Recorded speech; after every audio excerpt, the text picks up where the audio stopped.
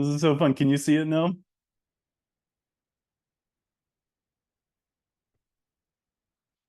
You, I can see it. Howdy, everybody. That's Semester 28. How many right. semesters have there been? There have been 60 semesters. This is the 30th, Wow. 30th year. So two semesters Two semesters a a year. year. That's right. Well, welcome to our 30 for 30 virtual environmental seminar. 30-minute conversations with some great doers and thinkers in celebration of 30 years of the Outdoor Academy. I'm Jesse. I'm the director of OA for the last couple of years, and so proud to be so. OA is a semester high school program for 10th and 11th graders who want to take control of their learning, connect with the outdoors, and feel the support and responsibility of living in community with others. For 30 years, we've been changing lives as part of the Eagle's Nest Foundation, where our mission is experiential education for young people, promoting the natural world and the betterment of human character. Doesn't get better than that, does it? Yeah. Our integrated focused curriculum has introduced nearly 1,400 OA alums to rich topics in the environmental humanities for 3 decades. Throughout April, we'll continue that tradition with an exploration of craft, community, environment, and intellect, with this speaker series drawing on the experiences of some of the best in the business. And kicking it off is just that, Noam Pikelny. Hey, Noam, thanks for joining us. Oh, pleasure to be here. It's just, I'm really happy to be part. Thanks for asking me. If you signed up to join this, you probably already know who Noam is, but Noam's a Grammy Award-winning banjo player and founding member of the Punch Brothers. He was awarded the Steve Martin Prize for excellence in banjo and bluegrass. And in addition to a crazy impressive solo career, Noam's a founding member of the bluegrass supergroup Mighty Poplar. Right there you go, Noam. Product Uh, placement. and a frequent collaborator with one of my favorite singer-songwriters, Caitlin Canty. And with Punch Brothers, he hosts the new audio variety show, the Energy Curfew Music Hour. Noam, thanks for coming back to OA. Noam visited us a couple of falls ago in person on Ted's deck and shared his craft with our students. And we're just so delighted that you've agreed to join us again, this time for the broader OA community. Yeah. Well, it's my pleasure, and congrats on 30 years. It's incredible. It's a pretty good run, and we're part of a semester school network that includes similar such programs elsewhere in the country. So if you're not yet familiar with the Outdoor Academy, you should get to know us and get to know the model. The semester school model really changes lives, and there are some great other programs doing that out there. Noam, you came to OA, I like to imagine, because you have to occasionally keep in touch with your Appalachian connections, among other things. And Yeah. we are As an, if I was meeting with my Appalachian parole officer. Yeah. Yeah. that's right. You have to check in every now and again just Uh-huh. to make sure that you're still legit. Uh, Yeah. but craft, as we explore it, is often connected to a place. I really wonder, do you have to know a place in order to really know the craft that comes from that place? Um, I think there is a certain prerequisite amount of research and knowledge that is required in any artistic pursuit. And I think that that is stating the obvious, right? But I think when I think about being a bluegrass musician, I put quotation marks around that, just because the definition of bluegrass is different for different peoples, and it's constantly evolving. Being a bluegrass musician from Chicago, the very first thing people ask me is like, "Well, how the banjo? Why the banjo?" You know, it's like, which is always a really remarkable thing when you meet someone and they say, "Why do you do this?"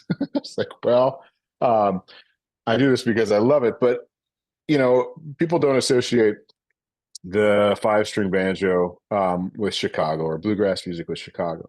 Um, but by the time I started playing and learning this instrument in the late '80s, early '90s, bluegrass had made its way to the cities via the folk scare, the college town folk scare. Um, and bluegrass was kind of a an aftershock of like folk music making it to college towns. Mm. Bluegrass being in places like Chicago or San Francisco, New York City, and um, I always felt um, that I had to go to the primary source of this music, or it was at least imparted upon me very early because I originally was attracted to very modern banjo music of guys like Bela Fleck and Tony Trischka.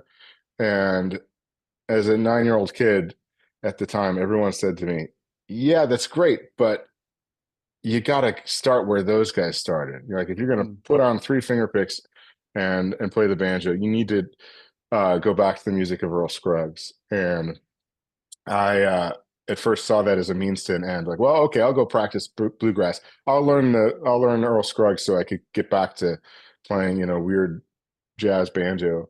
But I just got caught up in the first generation bluegrass and the honestly like the culture of bluegrass, the culture of the festivals.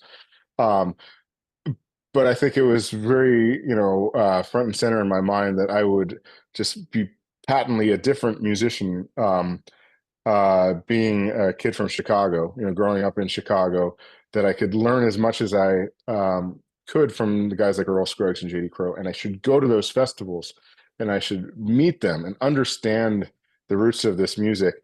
But um, I think there is a you reach an end of the road with emulation, and emulation is a very important part of the learning process. But if you emulate your own story out of your musicianship, out of your sound, out of your voice, then it just becomes a facsimile. And so I I realized that I would never sound like Earl Scruggs, even someone who was born 20 years ago in the same county as Earl Scruggs grew up and isn't going to sound exactly like Earl Scruggs, but they would probably have more of a connection to that music than I would. But Mm. I think there's a point where if you you need to kind of immerse yourself in that culture and in that location. But if you're not bringing your culture and your location to it as well, then what are you adding to the pile, right? Oh, no. What's one of the first Scruggs numbers that you learned to play then? And would you play a lick of it for us? Uh, sure. I'm trying to remember what the very first one was. Probably Cripple Creek because that's I think it's right there at the beginning of the Earl Scruggs book. Uh, Tell me if my banjo is coming through because I think it accidentally turned on the noise suppression, which I love the fact that noise suppression deletes banjo. Is it coming through here? No. All right, let me try this. Well, as you touch on the mics, keep going. Feel free. But I was really struck in reading through some of the founding of Mighty Poplar, the recent bluegrass super group, as some folks have been calling it. That you all cited those those folks that were part of a bluegrass revival. You mentioned the Old and in the Way records, right? You mentioned Mhm. the folks who came together to celebrate a music from the past. And so a lot of what I'm hearing you talk about in that response is really like, how do you reach backwards to reach forward? And for me, the circle records that introduced a whole generation of folks to old time country and bluegrass music in a way that they might not have otherwise, Mhm. is so much akin to the Foxfire books that are trying to preserve Appalachian culture and Uh-huh. Appalachian ways, that we kind of have leaned on throughout the history of the Outdoor Academy as well. And I just think it's such a unique thing to really try to be true to the sense of a craft and allow yourself the freedom to change it a little bit. Yeah, and I think the trail of breadcrumbs is there for people to, you know, it connects you to the tradition prior. And I think that was what really kind of inspired me to commit to a life of music and bluegrass was the community and the tradition and the culture. And I don't want to be divorced from that. I don't want to sound like I've never been to a festival. I feel like that, like you could make something radical just for the sake of being radical. But some of the most influential bluegrass when I was growing up was done by guys like Tony Rice, who were already playing incredibly modern music, playing it with David Grisman out in California. But then they would get together and make these bluegrass album band records. And it's like, so even 35 years ago, 40 years ago, that generation was still keeping the roots of it front and center and putting their take on it. So hopefully my banjo is working right now.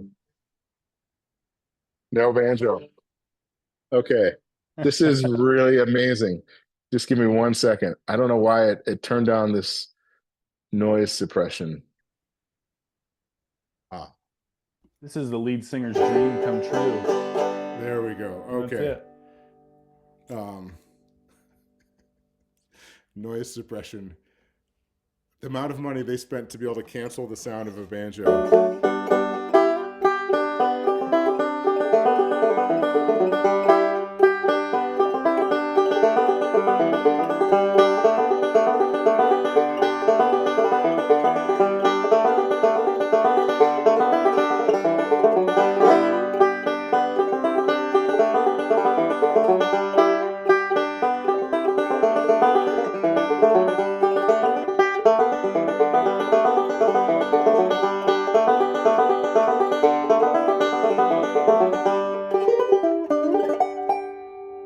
Hey, Yeah, some Cripple Creek for you. that's Cripple Creek. So that's probably not the way you played it the first time you played it. Um, yeah, it was probably a little different. Yeah, maybe a little slower. I mean, the first time I played Cripple Creek was maybe Clawhammer because Yeah. I started playing as a clawhammer banjo player because I really didn't know the difference between three finger style and clawhammer originally, and it was upon discovering the music of the modern masters that I realized, oh, I better put on these picks. And then everyone said, well, if you're going to put on those picks, you better go check out some Earl Scruggs. That's great. Uh, I wonder what makes Cripple Creek sound different when you move it forward. I'm thinking of your Mighty Poplar records, right? Where you all wanted to make a bluegrass record. You wanted to put together a crew of folks, but the song selection was so much fun. Songs you wrote and songs you didn't. And I think that there were just moments in there where it was just one note was different or one timing pattern was a little bit different than might have been considered a strictly straight ahead bluegrass number. How do you take something like as simple as a Cripple Creek that everybody who heard you play that just now knows it's Cripple Creek if they've heard any such music. But there's something in it that feels different. When did you start tweaking things to make it feel different? I think early on, you try to emulate your favorite players. You try to memorize those versions, but every now and then these cracks start developing where either you forget exactly how they made a little turn, and so then you're just kind of left to your own natural devices for that moment, or you get an idea that you try to put in a little turn of phrase or a lick here and there to see, how did that work? Or sometimes something that happens accidentally, and you're eventually I think your own style starts creeping in the more you start doing it. And I know if somebody was policing me early on, saying like, hey, you're actually changing that one roll there, I may have been, it may have been news to me, and I would have been like, oh, I'll go practice that. But I didn't have a teacher that was trying to get me to play something strictly the way someone else did it. So eventually you start changing your technique a little bit. And then I think there are lots of ways to establish your own style. And I think one of the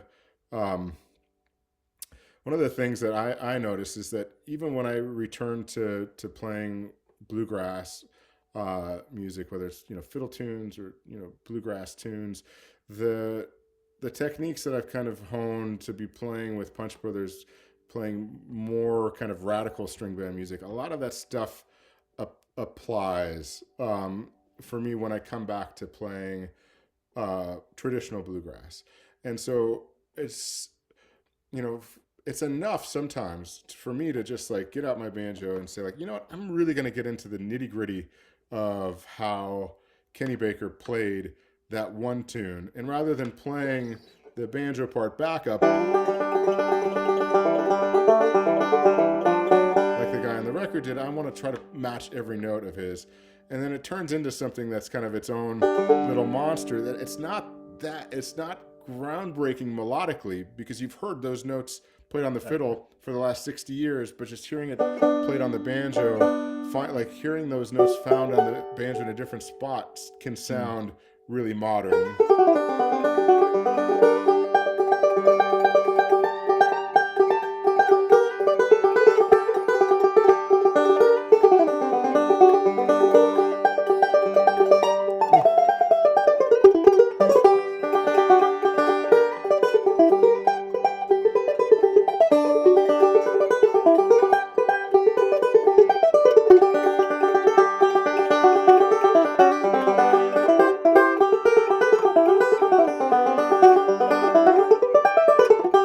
Something like that, which, like, that's bluegrass. There's nothing proprietary in the notes that I just played. That was me trying to find a way to play on the banjo every note that Kenny Baker played on the fiddle, regardless where it took me. But I wouldn't have been able to do that if it wasn't for playing almost kind of like modern string band, kind of classically, almost classical composition that Chris Thile kind of put me through the boot camp on. And so I think sometimes it's just the texture, like it's the way you may deliver something that's really familiar, like just the voice you speak it in, can make something your own, even though it's as old as dirt, like. Yeah. And so I've always thought that, like, there's no need to be progressive or groundbreaking just for the sake of being new. Like, just to me, I love something that's new, but the stuff that resonates with me that I want to listen to again, it still has the content. It still has like an argument. It still has a message, an angle, someone's passion behind it. And I think for me, it's been really illuminating over the years that just being able to revisit something super familiar to people's ears, but with a different tool set, is really rewarding on both sides of the equation. Yeah. Well, and I hear you saying you want to call back to those originators or those traditions that came through and even when we say those originators, like, those are people who are interpreting some tradition that came before them and maybe making some really new, cool things happen. The way that I've seen you do it, that I think is just so phenomenal in the short time that I've known you and known your music, is to focus on bringing other people in. There's something just so democratic. There's something so very folk about your approach to this music. And so to me, that tracks so much with what you're saying. If you don't know, Noam just finished a quick tour of the Northeast in a snow and ice storm. So thanks for tour. Yeah.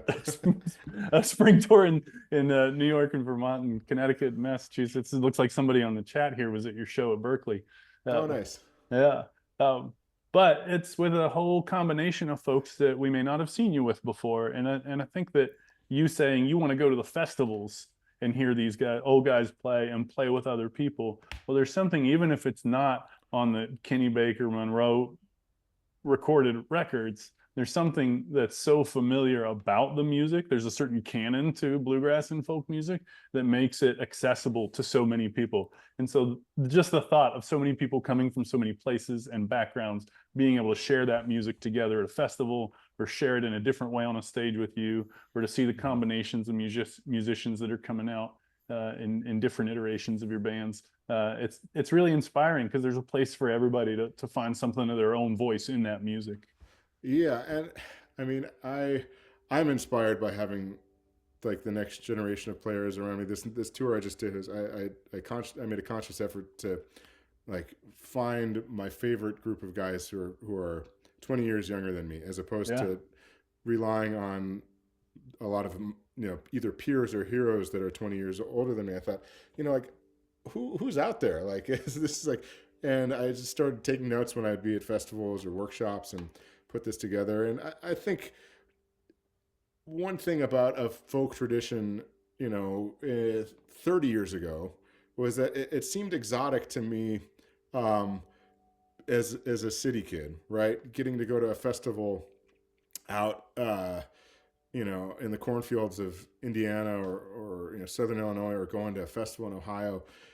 That whole world seemed exotic to me, and I think some of that exoticism today, um, might be placed so in the sense it might be placed in a different area, in that it's like a folk tradition like bluegrass is so analog right now. Like the act of going to a festival, staying up and playing tunes, setting up your campsite, like cooking with strangers who are camped next to you. It's a truly analog and handmade experience that today seems, I think, even more exotic than it was to a city kid 30 years ago, 40 years ago, whatever, 35 years ago. But that's as a new parent in the last 5 years, there are all these festivals in New England as well, where we're living, and it's really interesting bringing my son, my 5-year-old son, to these experiences, because he's seeing this. I think there's an exoticism that he's witnessing as well, but it feels more urgent today than I think it was 30 years ago, just because of how much people will just communicate from afar, remotely. And I say that here in a Zoom workshop, but truthfully, like that experience of setting up camp and having a retreat, and introducing yourselves to strangers who might be from a completely different background than you, politically, religiously, socioeconomically, like that might be the only thing that saves us at this point. You know what I mean? If everyone could just go camp next to each other at a bluegrass festival, I think the world will survive. Right. And as we were talking about this discussion, Noam, it's so central to what we are trying to do at the Outdoor Academy, and so many people are trying to do in their own communities, is try to answer this kind of environmental disconnect and this social disconnect of the hyper connected modern age. And I think that music that brings people together in a real place in real time, like you and Brent did on our deck a couple of falls ago, and that we try to do most days, is really, really powerful. And I'll add that I think that can only happen. Well, I think it happens most meaningfully in the analog and in person. And I really appreciate that the Energy Curfew Music Hour, if y'all haven't checked it out, you should totally find it. The premise, if you've listened through the first season of the Energy Curfew Music Hour, is essentially that we're in a time where we have to budget our energy use. And so before you go into a government mandated 24 hours of energy shutdown, you have this off ramp of acoustic music, people coming together to light the lights, to play the music, to bring people back together before you go into this beautiful, blissful, dark day. It's not just thin premise. I think it's a real celebration of people playing music together in a circle. Yeah, I think the premise, the frame of the show. So it's set in this fictional frame in the future where all of this is happening. And I think part of the motivation, Chris Thiele and his writing partner and wife Claire Coffey, they developed this premise, and I think they thought like we should also be eager to find the solutions and find the joy and find the humor and looking forward to like how we're going to be dealing with this, because so much of it is all um, doom and gloom, dread, gallows humor. Um, and so I think being able to find something that would just be a little bit disarming, a way of kind of recognizing this and being able to escape into a future that's not Pollyannish, but is somehow uplifting. That was their, I think that was their dream, and it's been really fun living in that ecosystem for each episode. And I think when they first described it to me, I said, "Oh, well, of course, yeah, because in this world, there's clearly not enough electricity for Stratocasters and Telecasters, right? Everything's been banned." They're like, "Yes, exactly." I was like, "Yeah, so acoustic music is king." That was, I guess if we're allowed to fantasize for a second. We certainly are.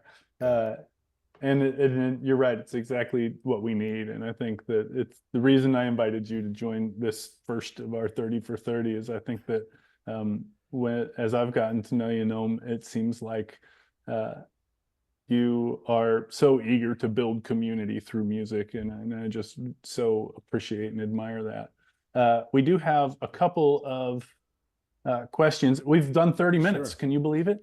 Yeah, but I slowed us down with some technical difficulties, so I'm here.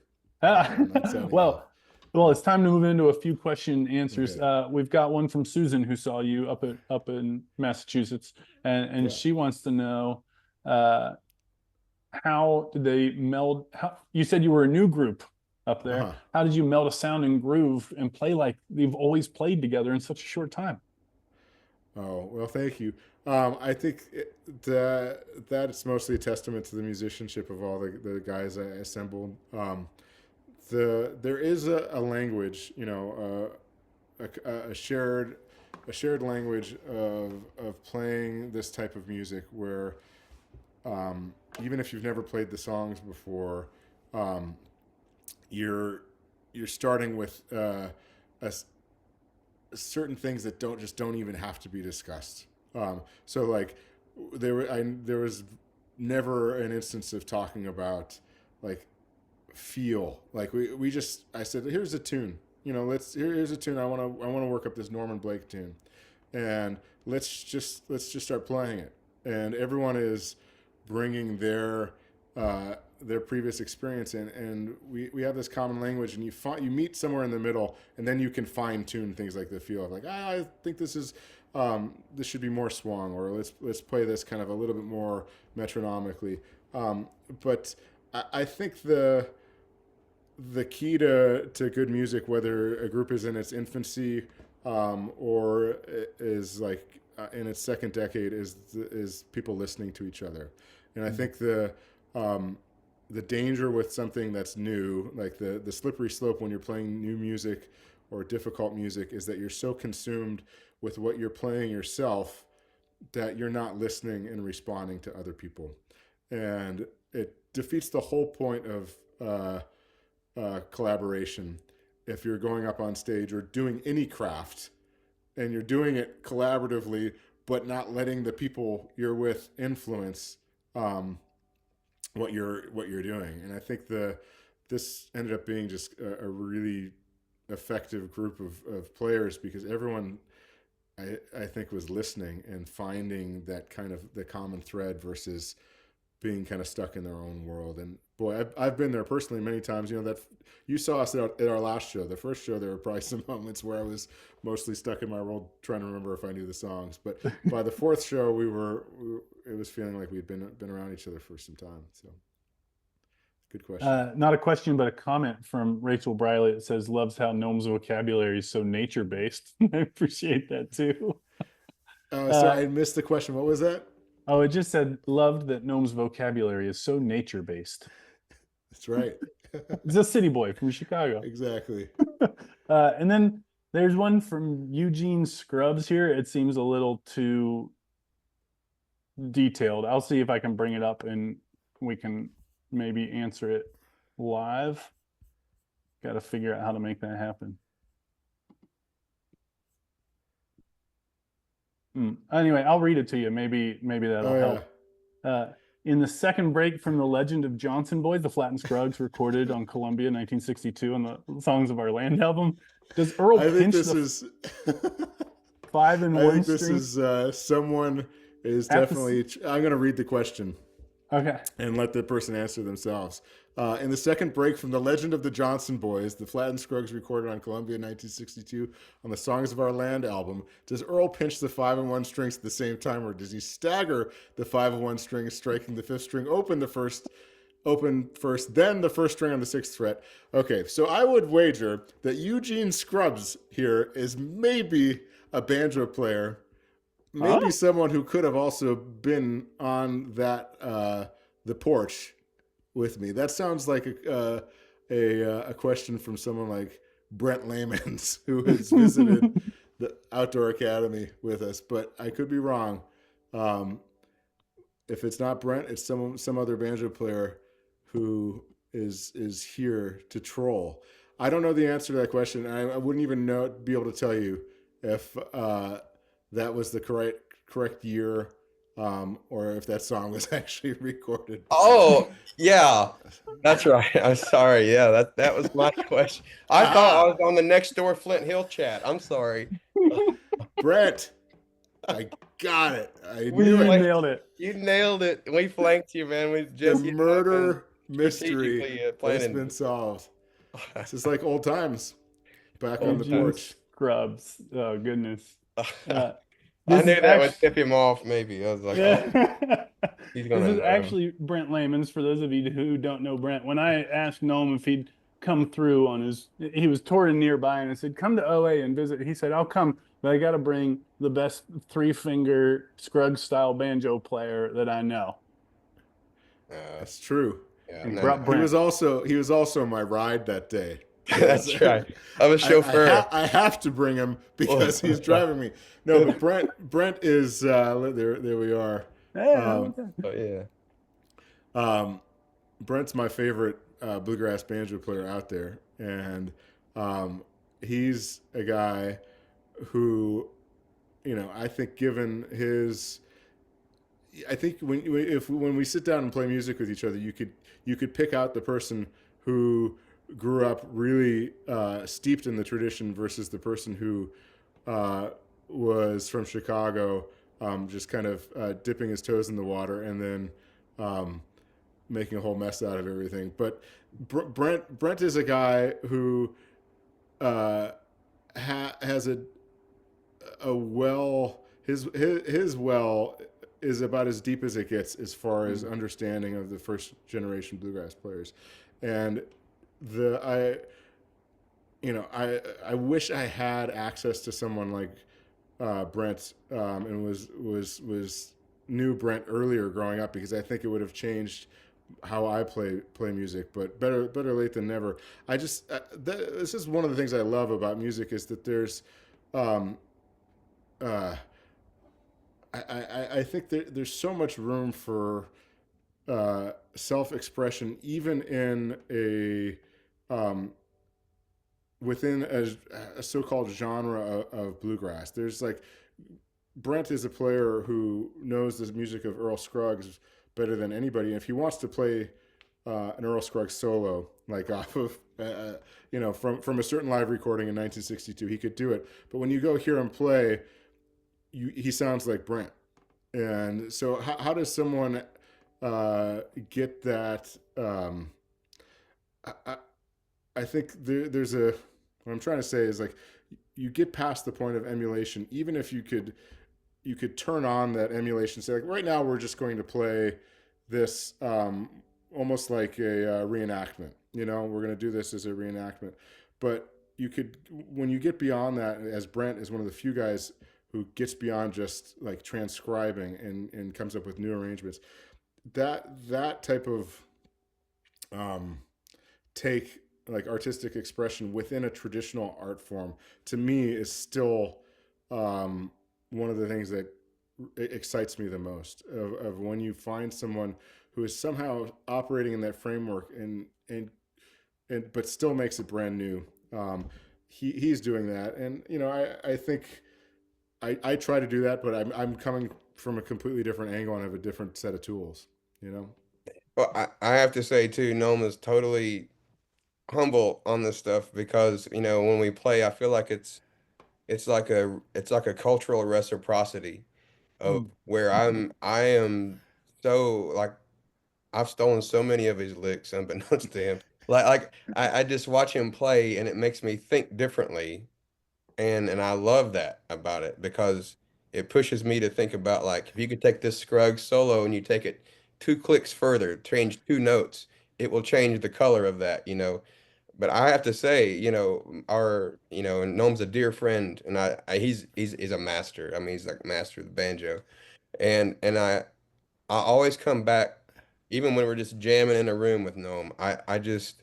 I come back and I have so many different ideas about how to approach different ways that Earl might have played this, but it's really not how Earl would have played it. It's really how Brent would have played it, you know, when you come down to it. But I think having someone like Noah in my life has really pushed me to think about that edge, you know, and keep on going toward that. And so I'm really, really thankful for his friendship and for his example of that. So yeah, I it's so cool appreciate to that, hear. Eugene. Thank you, Eugene. That's Yes, very yes, heartfelt. yes. The And Scrubs family, yes. right back at you. Yeah. Brent, it was so good to have you on here. Thanks for popping in to surprise Noam. I knew it would tickle him. That's awesome. Thank you. Absolutely. Thank you all. I'm gonna go eat Yeah, some dinner, but this is great. Thank you for go including for it. Glad to have you. me all. And I think it just kind of brings back exactly what you were saying before, that so much of music is about exchanging ideas, and it's kind of what we're trying to do with this short series. So I think with no more questions in the chat, we can draw it to a close.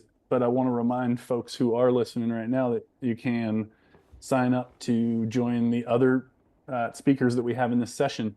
Next Wednesday, we're going to be speaking with Don Chavez from the Environmental Leadership Program. We've got Bill McKibben on the line. The following week, Kate Stevenson after that, who is working really hard at building an inclusive construction trades and nonprofit organizations in the construction sector. And Jim Merkel, whose new movie, Saving Walden's World, is highlighting women-led solutions to the 6th great extinction, as he puts it. So I hope you'll join us for these other talks. I hope that you will join me in thanking Noam for kicking us off for this series. Noam, thank you so much. They're all going to play Cripple Creek as well, right? Yeah, That's Hear, required. you should hear McKibben's Cripple Creek. It's really, really pretty great. Yeah. Noam, it's been a pleasure. Thanks for joining us Jesse. again and for all your great thoughts on craft. My pleasure, and my hats off to everybody there at OA. It's really, really wonderful. Well, we'll see when you come through town. I know you'll be playing Greenville on May 19th. Everybody here's talking about it, but right. Maybe you stop on your way from Tennessee to South Carolina. Let's do it. That would come be through. Fun. Y'all come. Have they finished the porch yet? Yeah, we're ready for you. It's done. Okay. Perfect. Yeah, there's a rail. You'll be fine. Noam, thanks a ton. Thank you, guys. Good night.